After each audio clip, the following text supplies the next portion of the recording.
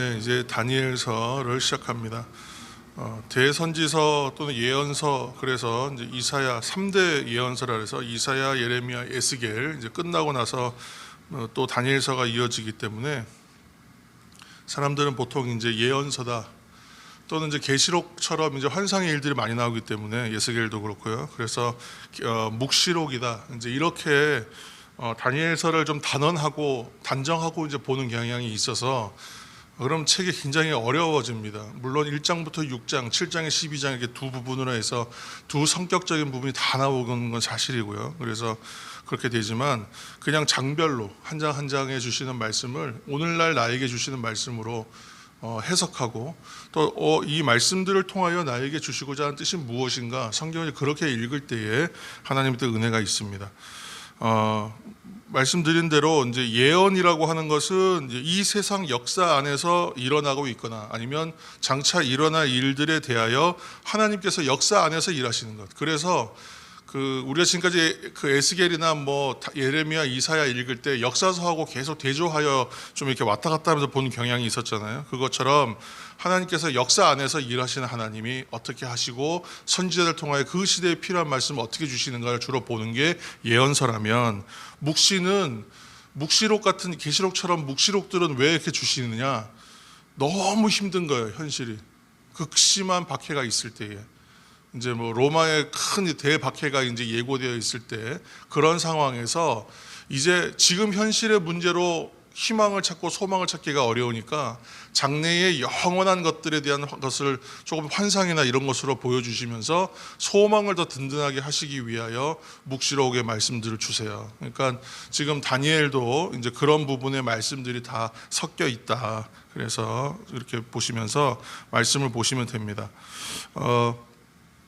다니엘서를 읽어가는 동안에 이제 예언적 요소가 있고 묵시적 요소가 있는 것을 살펴보는 것도 좀 즐거운 일입니다. 그런데 예언서다 묵시록이다 이렇게 선입견을 갖고 읽기보다는 하나님의 뜻이 어디 있는가, 오늘날 나에게 주시는 말씀의 의미가 무엇인가 이렇게 살피면서 보시면 좋겠습니다. 이제 배경을 좀 보면 다니엘이 예루살렘에서 태어날 때 고대 근동의 맹주가 누구였냐면 아수르였어요. 태어날 때는. 그리고 그가 포로로 끌려갈 때에는 지금 이제 배경인 바벨론 때예요. 그리고 나중에 바벨론이 바사, 곧 페르시아에 의해서 멸망하기 때문에 다니엘은 이런 제국의 흥망성쇠를 모두 경험하는 좀 특별한 시대의 사람입니다. 또한 이제 그 시대를 살면서도 각 시대마다의 이제 필요하고 요구가 되어서 어떤 사람을 중용하는가 이제 그거 좀 달라지는데, 워낙에 뛰어난 지혜와 실력을 가졌고 또 깊은 영성의 사람이었기 때문에 하나님이 그 시대마다의 중요한 인물로 사용하시는 또 특별한 인물이기도 합니다. 그래서 우리나라에서 어떤 기도회를 한다거나 아니면 조금 뭔가 지혜로운 일들을 얘기할 때 다니엘은 대명사. 솔로몬도 지혜의 사람이지만 솔로몬 이름을 가지고 뭘 이렇게 대표해서 이름하진 않잖아요. 근데 다니엘을 통해서 다니엘 기도회라든가 다니엘 공부법이라든가 그런 게 이제 그런 말들이 제목되어지는 이유가 좀 있다는 것을 이제 우리가 알 수 있습니다. 그러므로 다니엘의 삶을 이제 다니엘의 이러한 삶을 좀 보면서 동시에 그 안에 나오는 예언, 비유, 표적, 환상 이런 것들을 상징 같은 것들을 좀 보시면서 하나님의 메시지를 좀 발견하시는 은혜가 있기를 예수님의 이름으로 축복합니다. 당시에 이제 신흥 강자로서 바벨론이 이제 시대적 배경에서 떠오르고 있고, 이제 1절을 보시면 이제 남유다의 예루살렘을 이제 포위하기까지에 이릅니다. 유다 왕 여호야김이 이제 3년 되던 해에 바벨론 왕 느부갓네살이 예루살렘에 이르러 성을 다 에워싸고 성을 다 포위하게 됩니다. 그리고 남유다에게 뭘 요구하냐면 조공과 함께 자질이 좋은 집안과 배경이 좋고 자질이 좋은, 그러니까 교육 상태나 이런 것들이 훌륭한 그 나라에 또 그곳에 있는 좋은 자질의 자녀들, 특별히 이제 청소년 세대에 해당하는 그 친구들을 인질로 요구하는 거예요. 근데 이제 이것을 보시면 이제 2절에 보시면 주께서 그의 손에 넘기심에, 그러니까 이 모든 일들이 이루어지는 것은 하나님의 뜻에 의한 것이었다. 하나님께서 계획하시고 인도하셔서 생기는 일들이다라고 설명하고 있고, 아무튼 그 당시에 바벨론의 정책이 현지인들을 데려다가 자질이 좋은 이제 친구들, 지도자층의 자녀들, 집안이 좋은 아이들을 데려다가 자기 나라에 데려와서 자신의 문화와 정치와 종교와 학문의 우수함들을 가르치고 친바벨론 세력으로 만들어서 다시 그 땅에 돌려보내서 피지배 계층들을 이렇게 정책화, 자기 현지화시키는 그런 정책을 가지고 있었던 거예요. 그래서 다니엘이 그 친구들과 함께 바벨론 1차 포로 때 끌려가서 이제 거기 이르게 되는 이제 배경 속에 있습니다.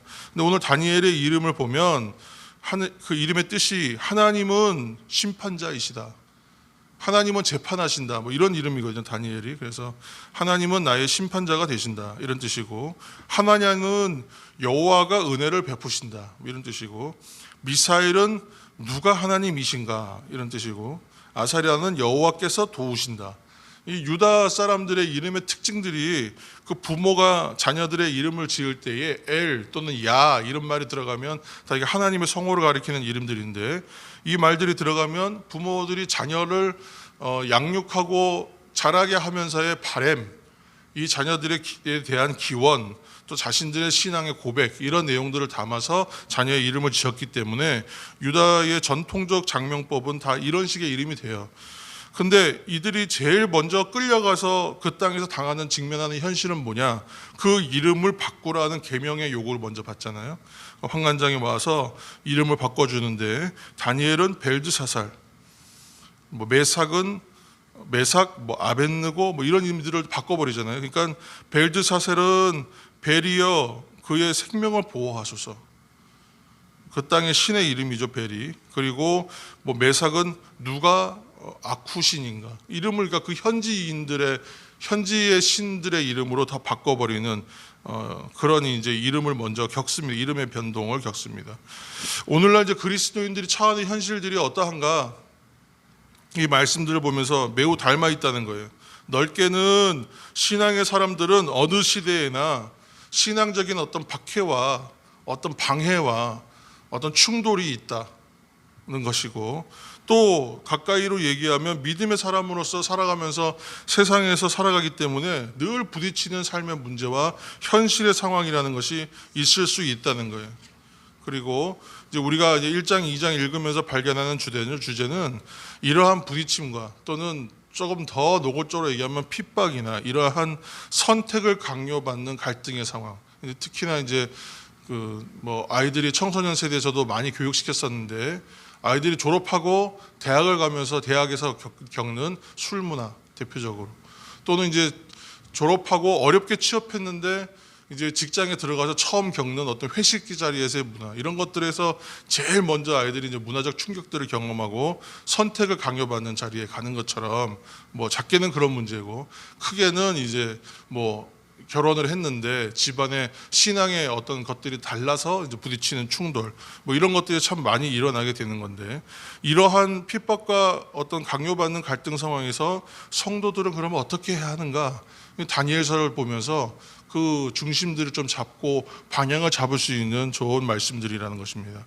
그래서 우리가 다니엘서를 떠올리면 대표적으로 두 가지 이미지가 떠오르실 거예요. 하나는 사자굴, 또는 뭐 풀무불, 이제 이런 이미지가 떠오르실 텐데, 그래서 타협 없이 순결한 신앙의 정절을 지켜야 한다, 이런 주제 하나를 생각할 수 있지만, 이제 오늘 이제 말씀 한번 보시면 7절 말씀 한 절 읽겠습니다. 7절, 1장 7절. 1장 7절. 환관장이 그들의 이름을 고쳐 다니엘은 벨드사살이라 하고, 하나냐는 사드락이라고 하고, 미사엘은 메삭이라 하고, 아사랴는 아벳느고라 하였더라. 아멘. 그랬어요. 다니엘과 세 친구가 보면 이런 식으로 이름을 개명하는데, 우리나라 역사에도 창씨개명이라고 해서 이름 바꿀 때 어떤 일들이 일어났냐면, 단발령과 창씨개명 같은 거 일어나면 사람들이 목숨 걸고 반대하고 그런 일들이 많았잖아요. 그런데 오늘 새 친구를 보면 그런 식으로 이름 개명하는 것을 받아들여요. 수용합니다. 수용. 그리고 4절 말씀도 한 절, 4절, 1장 4절입니다. 곧 흠이 없고 용모가 아름다우며 모든 지혜를 통달하며 지식에 통달하며 학문에 익숙하여 왕궁에 설 만한 소년을 데려오게 하였고, 그들에게 갈대아 사람의 학문과 언어를 가르치게 하였고. 아멘. 그곳에 가르치는 것들에 대하여 현지의 학문과 교육과 뭐 여기서 말하는 학문이나 이런 것들은 점성술 같은 거 포함되어 있는 거예요. 그러니까 그런 것들을 잘 지켜서 잘 배워요. 잘 수용합니다. 열심히 합니다. 그러니까 그 시대의 문화의 옷을 잘 입는 것, 그러면서도 신앙의 본질을 지키는 것, 이것을 가리켜서 뭐라고 하냐면 두 나라에서 사는 시민의 삶이다. 두 나라 시민으로서의 사는 삶이라고 얘기하거든요. 그러니까 이게 남의 얘기가 아닌 것이, 우리가 지금 이 땅에서 그리스도인으로 살지만 신앙적 환경이 아닌 곳에서 세속에 살기 때문에 늘 부딪히는 문제예요. 여기서 신앙을 가진 사람들은 부딪혀요.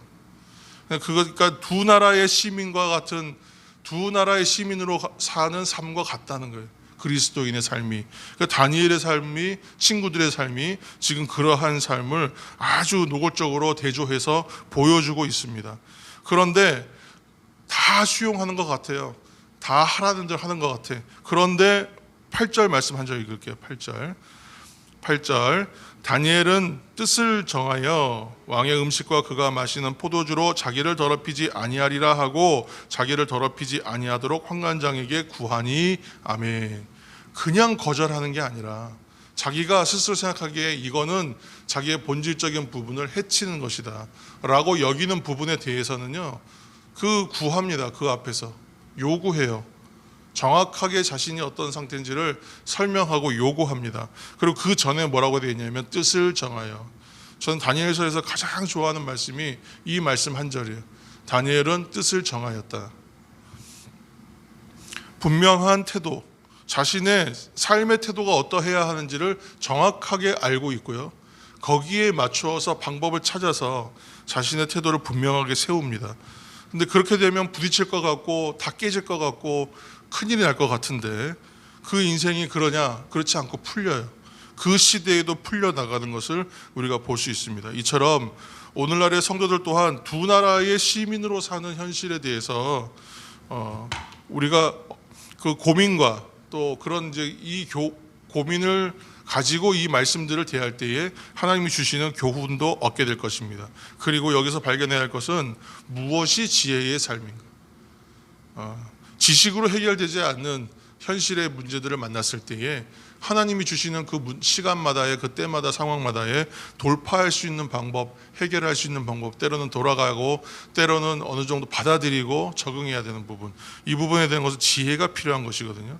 그리고도 물들지 않고 지켜야 하는 본질에 대한 생각들을 깊이 가지면서 이 일들을 해야 하는 신앙의 삶이란 거, 그래서 참 어려운 것 같아요. 어렵지만 중심을 잡고 뜻을 정하고 나면 사실은 또 어렵지 않다. 그 다음의 문제들을 하나님 앞에 정확하게 구하면서 이겨나가야 되는 부분이다. 이제 오늘 다니엘서를 이제 시작하면서 하나님의 말씀을 통해서 이러한 고민들과 현실의 문제에 대해서 얻는 유익들과 교훈들이 있으시기를 예수님의 이름으로 축복합니다.